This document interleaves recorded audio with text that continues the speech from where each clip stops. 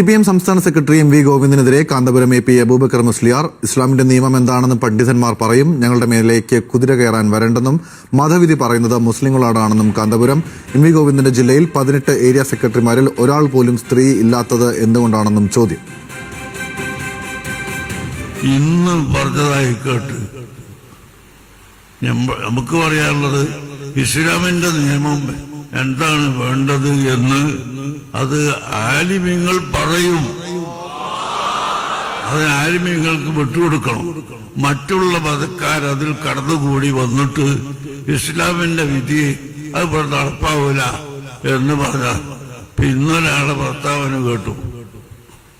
അയാളുടെ പാർട്ടികൾ തന്നെ അയാൾ ജീവിക്കുന്ന ജില്ലയിൽ ഞാൻ പത്രം എടുത്തു നോക്കി. ഏരിയ സെക്രട്ടറിമാരെ തെരഞ്ഞെടുത്തിരിക്കുന്നു 18 പേരെ. ഈ 18 പുരുഷന്മാരാ. ഒരൊറ്റ പെണ്ണിനെയും അവർക്ക് കിട്ടിയിട്ടില്ല. ഈ 18 എണ്ണവും പുരുഷന്മാരാണ്. എന്തേ അവിടെ പെണ്ണുങ്ങളെ പരിഗണിക്കാതിരുന്നത്? എന്താണ് അവിടെ ഒന്നും പെണ്ണുങ്ങളെ പരിഗണിക്കാത്തത്? ഞങ്ങൾ പറയുന്നതിനിങ്ങനെ കുതിര കയറാൻ വരണോ? ഞങ്ങളെ മതത്തിന്റെ വിധി ഞങ്ങൾ പറയുന്നത് മുസ്ലിമീങ്ങളോടാണ്. അതുകൊണ്ട് മറ്റുള്ള മതങ്ങളുമായി ബന്ധപ്പെടണ്ടെന്നും കൂടണ്ടെന്നൊന്നും ഞങ്ങൾ പറഞ്ഞിട്ടില്ലല്ലോ. ഞങ്ങൾ ഇസ്ലാമിന്റെ വിധി പറയുന്നത് അത് മുസ്ലിമീങ്ങളോടാണ്.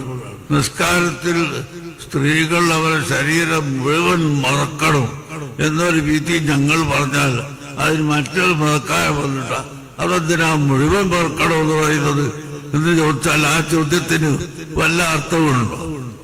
കൂടുതൽ വിവരങ്ങളുമായി കോഴിക്കോട് നിന്നും ആഷിഖ് റഹ്മാൻ ചേരുന്നുണ്ട്. ആഷിഖ്, ഒരേ നാണയത്തിൽ അടിയും തിരിച്ചടിയും വാക്പോര് നടക്കുന്നു എന്ന് വേണം മനസ്സിലാക്കാൻ. എന്താണ് ഏറ്റവും പുതിയ വിവരങ്ങൾ? എങ്ങനെയാണ് ഇതിനെ CPM പ്രതിരോധിക്കാനിരിക്കുന്നത്? ഗൗതം, ഈ മെക്സവൻ അടക്കമുള്ള വ്യായാമ മുറകൾക്കെതിരെ ഈ കാന്തപുരം വിഭാഗം സമസ്ത തന്നെ പ്രസ്താവന ഇറക്കിയിരുന്നു.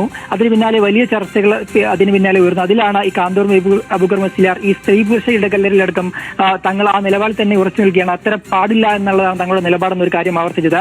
ഇതിനെയാണ് ഇന്ന് പാലക്കാട് ജില്ലാ സമ്മേളനത്തിന്റെ ഒരു പരോക്ഷ വിമർശനം MV ഗോവിന്ദൻ നടത്തിയത്. ഈ പൊതു ഇടങ്ങളിലൊക്കെ സ്ത്രീകൾ ഇറങ്ങരുതെന്നൊരു പിന്തുണപ്പെട്ട നിലപാടാണെന്നും അത് ഷാഡിയും പിടിച്ചു നിൽക്കാനാവില്ല എന്നടക്കമുള്ള ഒരു വിമർശനം വന്നിരുന്നു. അതൊരു പരോക്ഷ വിമർശനം മാത്രമായിരുന്നു.